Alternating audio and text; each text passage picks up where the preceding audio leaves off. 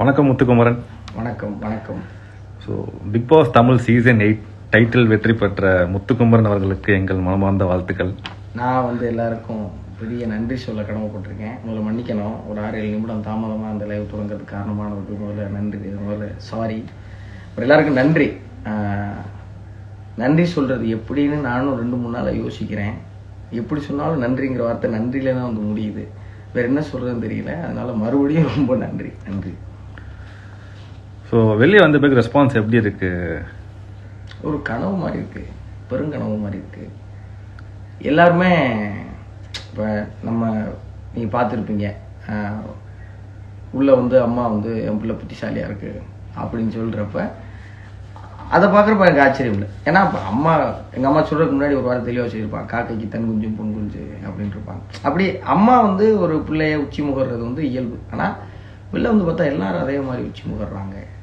எல்லாருமே கூட பிறந்த ஒருத்தன் ஜெயிச்சிட்டதா, வீட்டில் பிறந்த புள்ள ஒன்று ஜெயிச்சிட்டதா, நண்பன் ஜெயிச்சிட்டதா உணர்றாங்க. அதை பார்க்குறப்ப என்னடா அது அப்படின்னு ரொம்ப ஆச்சரியமாக இருக்குது. உங்களை தான் மக்கள் இவ்வளோ நேசிக்கிறாங்கன்னு சொல்கிறாங்க. இதெல்லாம் ஏன் நமக்கு நடக்குது? அப்போ எங்கேயோ ஒரு விதத்தில் நம்மளை அவங்க கனெக்ட் பண்ணிடுறாங்க அப்படின்னு நினைக்கிறப்போ ரொம்ப ரொம்ப ரொம்ப பெருமையாகவும் ரொம்ப மகிழ்ச்சியாகவும் ரொம்ப ரொம்ப பொறுப்போடையும் உணர வேண்டிய சூழல் இருக்குது. ரொம்ப நன்றி உணர்வு தான் ததும்பி வலியுது. நீங்கள் வெளியே வந்த உடனே ஃபர்ஸ்ட் நீங்கள் பண்ண விஷயம்னா என்ன விஷயமா இருக்கும்? வெளில வந்த உடனே அம்மா அப்பா கூட உட்காந்து ஒரு மணி நேரம் பேசினேன். அப்புறம் இப்போ வரைக்கும் என்ன செஞ்சிட்ருக்கோன்னா, நிறைய பேருக்கு நன்றி சொல்லிட்டு இருக்கேன். நேரில் அம்மா அப்பாவை கூப்பிட்டு போய், உங்களுக்கு தெரியும் பிக் பாஸ் அப்படிங்கிற இந்தியாவின் பெரு நிகழ்ச்சிகளில் ஒன்றா இருக்கிற இந்த நிகழ்ச்சியில் வாய்ப்பு கிடைக்கிறது ஒரு சின்ன விஷயம் கிடையாது. இந்த வாய்ப்பை நமக்கு ஏற்படுத்தி கொடுக்கறதுக்கு நிறைய நிறைய மனிதர்கள் நமக்கு உதவி செஞ்சுருக்கிறாங்க. அவங்க எல்லாருமே நம்ம வளர்ச்சியில் பெரிய அக்கறை கொண்டவங்க. அவங்கக்கிட்ட அம்மா அப்பாவோட போய் நன்றி சொல்லிவிட்டு அவங்களுடைய ஆசீர்வாதத்தை வாங்கிக்கிட்டு இப்போ நீங்கள் கூப்பிட்டோன்னே ஓடியாண்டேன். What do you feel when Deepak, Manjari, Jack is not in finals? ரொம்ப தனிமையாக உணர்கிற மாதிரி இருந்துச்சு. அவங்க இருக்கும்போது அந்த வெற்றி யாருக்கு, அந்த கதையெல்லாம் ஒரு பக்கம் இருந்தாலும் அவங்க இருக்கும்போது அது வெளில வந்ததுக்கப்புறம் அது சோஃபா கேங்னு அதுக்கு ஒரு பேர் வச்சுருக்கிறாங்க. நாங்கள் 4 பேர் இருக்கிற மாதிரி நிறைய காணொலிகள்லாம் பார்க்க முடியுது. அது எப்படி அந்த கேங் சேர்ந்துச்சு, எப்படி நாங்கள் 4 பேர் ஒன்றா சேர்ந்தோம், எப்படி அந்த ஒத்த சிந்தனையாளர்கள் ஒருங்கமைஞ்சோம்லாம் தெரியாது.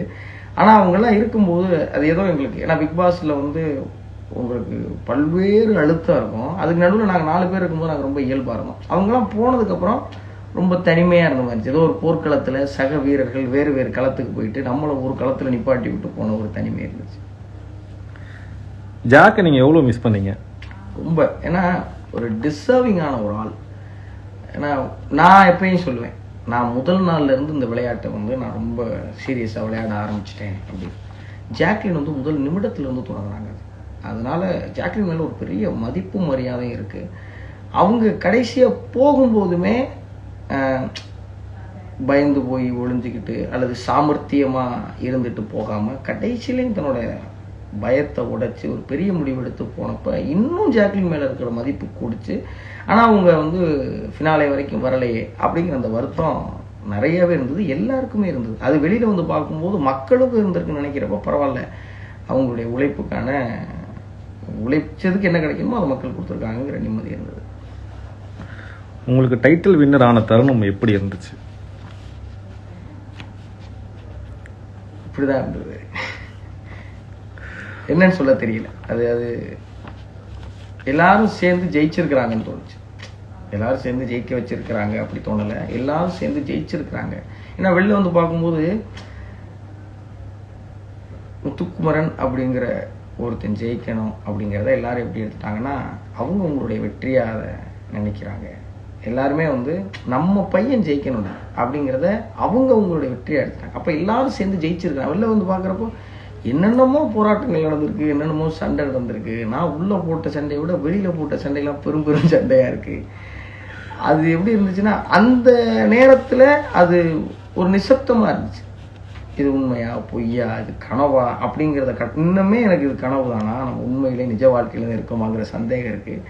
அந்த நேரம் ரொம்ப நிறைவாக இருந்துச்சு. 100 நாள் போட்ட வேலை உழைப்புக்கு ஒரு ஒரு நல்ல மதிப்பு கிடைச்சிருக்குங்கிற நிம்மதி இருந்துச்சு. உங்களுக்கு ஒருத்தர் ஒரு அழகாக ஒரு கமெண்ட் போட்டிருக்காரு. உங்களுக்கு பேச்சு அழகு, சிந்தனையும் அழகு, நீங்களும் அழகு, உங்கள் வாழ்க்கை அழகாக அமைய வாழ்த்துக்கள் என்ன. நன்றி. நான் தென்கட்சி ஐயாவோட அவர் சொல்லுவார், தென்கட்சிக்கு சுவாமிநாதன் சொல்லுவார், அழகாய் இருப்பவற்றை நாம் விரும்புவதில்லை, நாம் விரும்புவை நமக்கு அழகாய் தெரிகிறதும் பாரு. வீட்டுக்குள்ளே கூட நான் 2 3 தடவை சொல்லியிருக்கேன். நம்ம அழகாக இருக்கிறதெல்லாம் நமக்கு பிடிச்சிடாது. நமக்கு பிடிச்ச விஷயம் நமக்கு அழகாக இருக்கு. ஏதோ ஒரு விதத்தில் என்னை உங்களுக்கு பிடிச்சிருக்கிறதுனால என்னுடைய பேச்சு சிந்தனையும் உங்களுக்கு அழகாக தெரிஞ்சிருக்கலாம். அதை இன்னும் மெருகேற்றிக்க எப்போது உழைக்க தயாராக இருக்கேன். வாழ்க்கை முழுவதும் அழகாக இருக்கிறதுக்கு நீங்கள் இதே மாதிரி என் மேலே அன்பு கொடுத்துட்டே இருக்கணுங்கிற வேண்டுகோள் மட்டும் இருக்குது. நன்றி. How was your experience by lifting the trophy which is heavy with lots of people love? ரொம்ப கனமாக இருந்தது. ஏன்னா நாங்கள் ஸ்டேஜுக்கு போகிறதுக்கு முன்னாடி அந்த டிராஃபியை காமிச்சு அந்த டிராஃபி கூட பேசுங்கன்னாங்க. நாங்களே எங்களே கண்ணாடியில் பார்த்து பேசுறது, டிராஃபியை பார்த்து பேசுறது, இதெல்லாம் ரொம்ப கிரேசியான விஷயந்தான். நம்ம மொழியில் சொன்னால் பைத்தியக்காரன் தானே. ஆனாலும் அந்த இடத்துல அதெல்லாம் ஒரு மாதிரி உணர்வு ரீதியாக கனெக்ட் ஆச்சு. அதை சொல்லும்போது அந்த டிராஃபிக்கிட்ட பேசுங்க அப்படின்னு சொன்னப்போ, இது என்ன உலகத்தால் ஆனது, என்ன உயராகல இடையெல்லாம் எனக்கு தெரியாது. ஆனால் இது கோடிக்கணக்கான மக்களுடைய அன்பு, கோடிக்கணக்கான மக்களுடைய அன்பை முன்னாடி வச்சுருக்கீங்க, அது எனக்கு கிடைக்குங்கிற நம்பிக்கை இருக்குதுன்னு சொன்னேன். அதை கையில் ஏந்தும்போது கோடிக்கணக்கான மக்களுடைய அன்பின் அடையாளமாக ஒன்று கொடுக்குறப்போ கையை விட இதையும் ரொம்ப கனமாக இருந்துச்சு. ரொம்ப பொறுப்பாக நீ இருக்கணும்னு தீபக் அண்ணன்ட்ட ஒரு விஷயம் 2வது வாட்டி உள்ள வந்துட்டு போகும்போது சொன்னார். அந்த விஷயம் மனசுலையும் மூளையிலையும் நிறைஞ்சிருந்துச்சு. நீங்கள் எப்போவாச்சும் நினச்சி பார்த்துருக்கீங்களா உங்களுக்கு இப்படி ஒரு மக்கள் சப்போர்ட் கிடைக்கும்னு? எனக்கு கிடைச்சிரும் அப்படின்னு நான் நினச்சி பார்த்ததில்ல. ஆனால் கிடைக்கணும் அப்படின்னு நிறைய கனவு கண்டிருக்கேன். அது இப்படி கிடைக்கும், இப்போ கிடைக்கும்லாம் எதிர்பார்க்கவே இல்லை. அதுக்கு நிறைய உழைப்பு போடணும் அப்படிங்கிற எண்ணம் இருந்தது. இப்போ எப்படி இருக்குன்னா, அந்த அன்பு கிடைக்கிறதுக்கு நிறையா உழைப்பு போடலை, அந்த அன்பு கிடைச்சிருக்கு. இதை தக்க வைக்கிறதுக்கும் இதுக்கான நன்றியை கொடுக்கறதுக்கும் இன்னும் நீ நிறையா உழைக்கணும் அப்படிங்கிற மனநிலை இப்போ இருக்கு. கங்க்ராச்சுலேஷன்ஸ் ஃபார் யுவர் விக்டரி குமாரா. Love you. எல்லாருடைய வெற்றியும் இது. Love you too. முத்துக்குமரன் அண்ணா, உங்களுக்கு பிடித்த நூலை கூறுங்கள். நிறைய இருக்கு, நிறைய. ஒரு புத்தகத்தின் பேரை அப்படி சட்டுன்னு சொல்லிட முடியாது. சமீபமாக நான் வாசித்த புத்தகம் மைல்ஸ் டு கோ, வெற்றிமாறன் சாரோடது. சினிமா மேல் யாருக்காவது காதல் இருந்துச்சு நினச்சி அந்த புத்தகங்களை படிக்கணும். நான் உள்ள கடைசியாக மேடையில் சொன்ன புத்தகம் வாசிப்பது எப்படி, இப்போ கூட என் பையில் வச்சுருக்கேன், செல்வேந்திரனோடது. யாராவது எப்படி வாசிக்க ஆசை வருது உங்களுக்கு, வாசிப்பு எப்படி தொடங்கணும் அப்படின்னு தோணுச்சுன்னா தயவு செஞ்சு வாசிப்பது எப்படி அப்படிங்கிற புத்தகத்தை வாங்கி படிங்க. அதுக்கப்புறம் நீங்கள் ரொம்ப ஏதோ ஒரு மனநிலையில் இருக்கீங்க, மகிழ்ச்சியாக இருந்தாலும் சரி கவலையாக இருந்தாலும் சரி, உங்கள் மனசை நிலைப்படுத்திக்கிறதுக்கு நீங்கள் வாசிக்க வேண்டியது நாமுத்துக்குமாரனுடைய வேடிக்கை பார்க்கணும் அணிலாடும் முன்றையில் தான். ஏன்னா நாமுத்துக்குமாரனுடைய பாடல்களை எல்லோரும் கேட்டு லகிச்சிருப்போம். அவருடைய எழுத்தை வாசித்து பாருங்கள். யாரோ ஒருத்தர் உங்கள் பக்கத்தில் உட்காந்து உங்கள் தோள் மேலே கை போட்டு உங்களை அமைதிப்படுத்துகிற மாதிரி மகிழ்ச்சிப்படுத்துகிற மாதிரியான உணர்வு இருக்கும். பேசுங்க. எப்படி மைண்டை ரொம்ப சுறுசுறுப்பாக வச்சுருக்கீங்க? வேறு வழி இல்லையே, வேறு வழி இல்லை.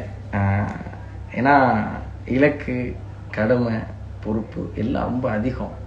அதனால் மூளைக்கு ஓய்வு கொடுக்கறது அப்படிங்கிறது ஒரு குற்ற உணர்ச்சியான விஷயமா மாறிடுச்சு. எல்லாம் நம்ம மூளை எப்போயுமே சுறுசுறுப்பாக தான் இருக்குது. ஒரு நாளைக்கு 60,000 எண்ணங்கள் மூளையில் ஓடுதுன்னு சொல்கிறாங்க. அதை நம்ம எந்த பக்கமாக கொண்டு போகிறோங்கிறது அது அவர்களை யோசிச்சிட்டே இருக்கும். என்ன சாப்பாடு, நைட்டு எங்கே வெளில போகலாம், அப்படி அது யோசிக்கிறத யோசிச்சிட்டே தான் இருக்கும். ஆனால் எதை யோசிக்க வைக்கணுங்கிறதுல மட்டும் நம்ம கவனம் செலுத்திட்டோம்னா அது சுறுசுறுப்பாக இருக்கிற மாதிரி வெளியே தெரியும், அவ்வளோதான். மற்றபடி சுறுசுறுப்பாக இருக்கணும்லாம் எதுவும் பெருசாக இல்லை. உங்கள் சக கண்டஸ்டன்ஸ் உங்களுக்கு எவ்வளோ டஃப் கொடுத்தாங்க? எல்லாருமே 24 பேருமே நாங்கள் 24 துருவங்களாக இருந்தோம். ஒவ்வொருத்தருக்கும் ஒரு தனித்துவம் இருந்துச்சு. ஒவ்வொருத்தரும் ஒரு பெருமுயற்சி போட்டாங்க. ஒவ்வொருத்தரும் ரொம்ப நல்லா விளையாண்டாங்க.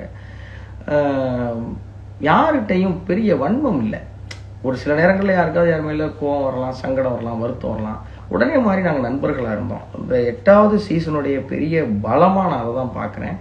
பெரிய நேர்மறையான விஷயமா தான் பார்க்குறேன். எல்லாருமே 24 பேரும் சமம் தான். அதனால தான் கப்பை கையில் வாங்கினோன்னே நான் சொன்னது இது எங்கள் எல்லாருக்குமான கோப்பைன்னு. யாருமே உள்ள யாருமே அப்படின்னு சொல்கிறத விட நிறைய பேர் உள்ள ரொம்ப கடுமையாக உழைச்சாங்க. அது உங்களுக்கு தெரியாது கிடையாது, நீங்கள் பார்த்துருப்பீங்க. நடிக்க வாய்ப்பு வந்தால் எந்த மாதிரி படங்கள் தேர்ந்தெடுப்பீர்? ஆசை பொறுப்பான படங்களை பண்ணணும், சமூகம் சார்ந்த படங்களை பண்ணணும்னு இருக்குது. ஆனால் என்டர்டெயின்மெண்ட் அப்படிங்கிறது தான் ரொம்ப சரியான வழி மக்களை போய் சேர்றதுக்கு. அதுதான் நான் எப்போதும் சொல்லிக்கிட்டே இருப்பேன்.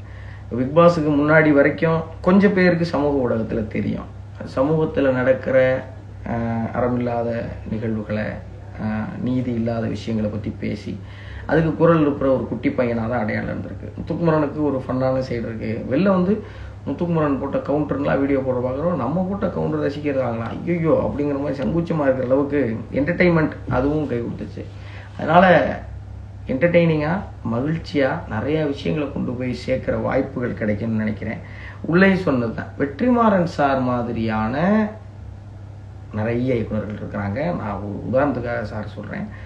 அவங்களுடைய படங்களில் ஏதாவது ஒரு சின்ன கதாபாத்திரம் கிடைச்சுன்னா ரொம்ப மகிழ்ச்சியாக இருக்கும். மஞ்சரி ஒரு வார்த்தை சொல்லியிருப்பாங்க, விடுதலை படம் முடித்த அந்த வாரம் 11வது வாரத்துடைய நிறைவில் வந்து நாங்கள் எல்லாரும் வாழ்த்து எழுதணும் வெற்றி சாருக்கு. அதில் மஞ்சரி எழுதியிருந்தாங்க, சேதன்ட்டையும் சொல்லியிருந்தாங்க, மக்களுக்கு பிடித்த சினிமாவை கொடுப்பதை விட மக்களுக்கு தேவையான சினிமாவை பிடித்த மாதிரி கொடுக்கும் இயக்குனர் வெற்றிமாறன் சாருக்கு வாழ்த்துக்கள்னு சொல்லி ரொம்ப சரியான வார்த்தை. அது மாதிரி மக்களுக்கு தேவையான சினிமாவை மக்களுக்கு பிடித்த மாதிரி கொடுக்குற படங்களில் நமக்கு ஏதாவது சின்ன வாய்ப்பு கிடைச்சா அது ரொம்ப பொறுப்புணர்வோடையும் கண்ணியத்தோடையும் செஞ்சு முடிக்கணும் அப்படிங்கிற கனவு இருக்குது. அமேசிங். தீபக் அண்ணா பாண்டிங் பற்றி சொல்லுங்கள். இப்போ அவர்கிட்ட கேட்டிங்கனாலும் அவர் பக்கம் தான் முடிப்பார். என்கிட்ட கேட்டிங்கன்னா அது எப்படி என்ன ஏன்னா அவரும் வீட்டுக்குள்ளே நான் இண்டிவிஜுவலான ஆள் அப்படின்னு வந்தார். நானும் வீட்டுக்குள்ளே சொல்லிக்கிட்டே இருப்பேன். அண்ணி உள்ளே வந்தப்போ ஃப்ரீ ஸ்டார்ஸோட கலாச்சாங்க, எல்லாத்தையும் சொல்லிட்டு அவன் இண்டிவிஜுவல் பிளேயருக்கு போயிடுவேன் அப்படின்னு கலாச்சாங்க.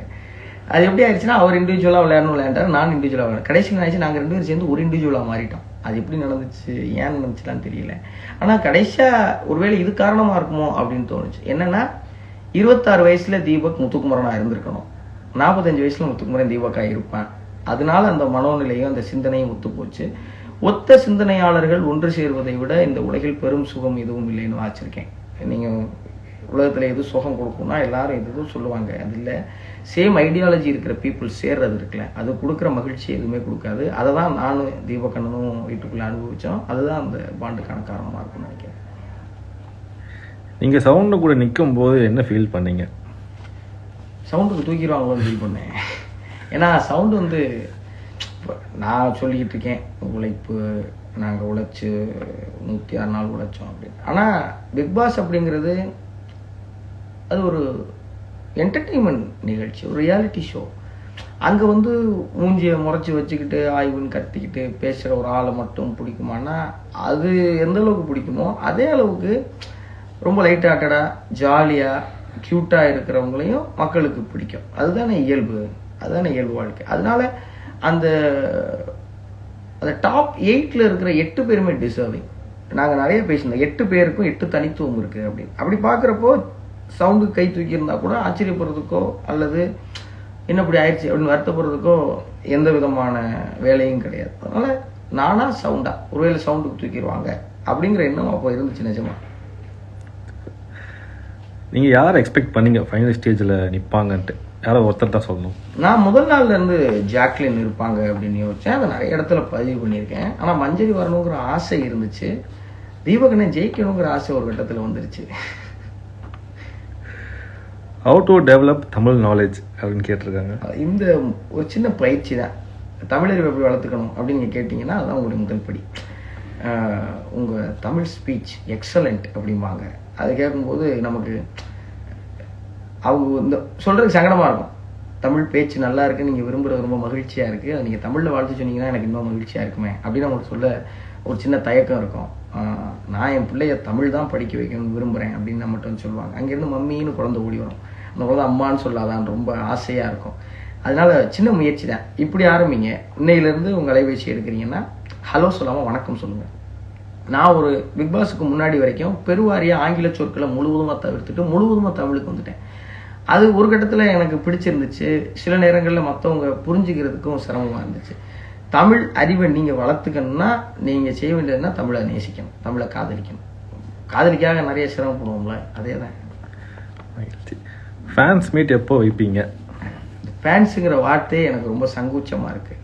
ஏன்னா ஃபேன்ஸ் அப்படின்னு உருவாகிற அளவுக்கு நம்ம ஒன்றும் பெருசாக சாதிச்சிடல முதல் விஷயம். இன்னொன்று, என்னோட ஃபேன் அப்படின்னு நான் இன்னொருத்தரை சொல்கிறதுக்கு நான் தகுதியானவன்னு அதுவும் தெரியல. நான் வீட்டுக்குள்ளேயே சொன்னாங்க ஃபேன் அப்படி சொன்னாங்க, நலன் விரும்பிகள்னு சொல்லுங்கள், நம்ம மேலே நிறைய பேருக்கு நலன் இருக்குது, அக்கறை இருக்குது, நம்ம நண்பர்கள்னு சொல்லுங்கள், அப்படி தான் சொல்லியிருக்கேன். ஃபேன்ஸ் மீட்டு தெரியல, இன்னும் அதுக்கு நிறைய சாதிக்கணும்னு தோணுது. நம்ம விஜய் சேதுபதி சாரோட ஹோஸ்ட் எப்படி இருந்தது? ஒரு வாத்தியாராக இருந்தார் எங்களுக்கு, அதுதான் உண்மை. நிறைய விமர்சனங்கள் அவர் மேலே வந்துச்சு, நிறைய அவர் சந்திக்க வேண்டியிருந்தது. ஆனால் நாங்கள் சொன்னோம்ல, பிக் பாஸ் வந்து எங்களுக்கு வந்து ஒரு பெரிய பட்டறை அப்படின்னு. வீட்டுக்குள்ளே நாங்கள் எவ்வளோ பட்டை தீட்டப்பட்டோமோ அது எல்லாத்தையும் சனிக்கிழமை சரி பார்த்து கரெக்ஷன் பண்ணி அந்த பேப்பரில் எங்கெல்லாம் முட்டை போடணும் அங்கெல்லாம் முட்டை போட்டு, எங்கெல்லாம் பாராட்டணும் அங்கெல்லாம் பாராட்டி எங்களை செதுக்கினார். ஒரு அந்த நிகழ்ச்சியை வந்து தொகுத்து வழங்கினாருன்னு சொல்கிறத விட எங்களெல்லாம் தொகுத்து வளர்த்தாரு அப்படின்னு சொன்னால் சரியாக இருக்கும்னு நினைக்கிறேன். உங்களுக்கு பிடித்த டாஸ்க்னா என்ன டாஸ்க் சொல்லுவீங்க? எல்லா டாஸ்க்குமே ரொம்ப பிடிச்சிருந்தது. ரொம்ப பிடிச்ச டாஸ்க்னா செங்கலாக சொல்லுவேன் நான். ஏன்னா செங்கலால் வந்து அங்கே தான் எனக்கு, தீபக்கண்ணனுக்கு, மஞ்சுக்கு, ஜாக்குக்கெலாம் ஒரு பெரிய பாண்ட் கிரியேட் ஆச்சு. அப்புறம் டிடிஎஃப் எனக்கு ரொம்ப பிடிச்ச டாஸ்க். ஏன்னா டிடிஎஃப்பில் தான் நான் சில இடங்களில் தடுமாறினேன். டிடிஎஃப் ஒரு வேளை நான் அப்படி விளையாண்டு சில இடங்களில் தடுமாறலைன்னா வாழ்க்கையில் வேறு எங்கேயாவது தடுமாறி இருப்போம் அப்படின்னு அதுக்கப்புறம் தோணுச்சு. இனி வாழ்க்கையில் என்ன நடந்தாலும் தடுமாறக்கூடாது அப்படிங்கிற அனுபவத்தை டிடிஎஃப் கொடுத்ததால எனக்கு ரொம்ப பிடிச்ச டாஸ்கில் மனசுக்கு நெருக்கமான டாஸ்க்கு செங்கலாக என்னையை பக்குவப்படுத்தினது வந்து டிடிஎஃப். மக்களுக்கு என்ன சொல்ல விரும்புகிறீங்க? நன்றி நன்றி நன்றி நன்றி நன்றி நன்றி நன்றி நன்றி. அதை தவிர என்ன இருக்கு தெரியல. மகிழ்ச்சி. நன்றிகள் ஐயா. நன்றி நன்றி நன்றியா நன்றி.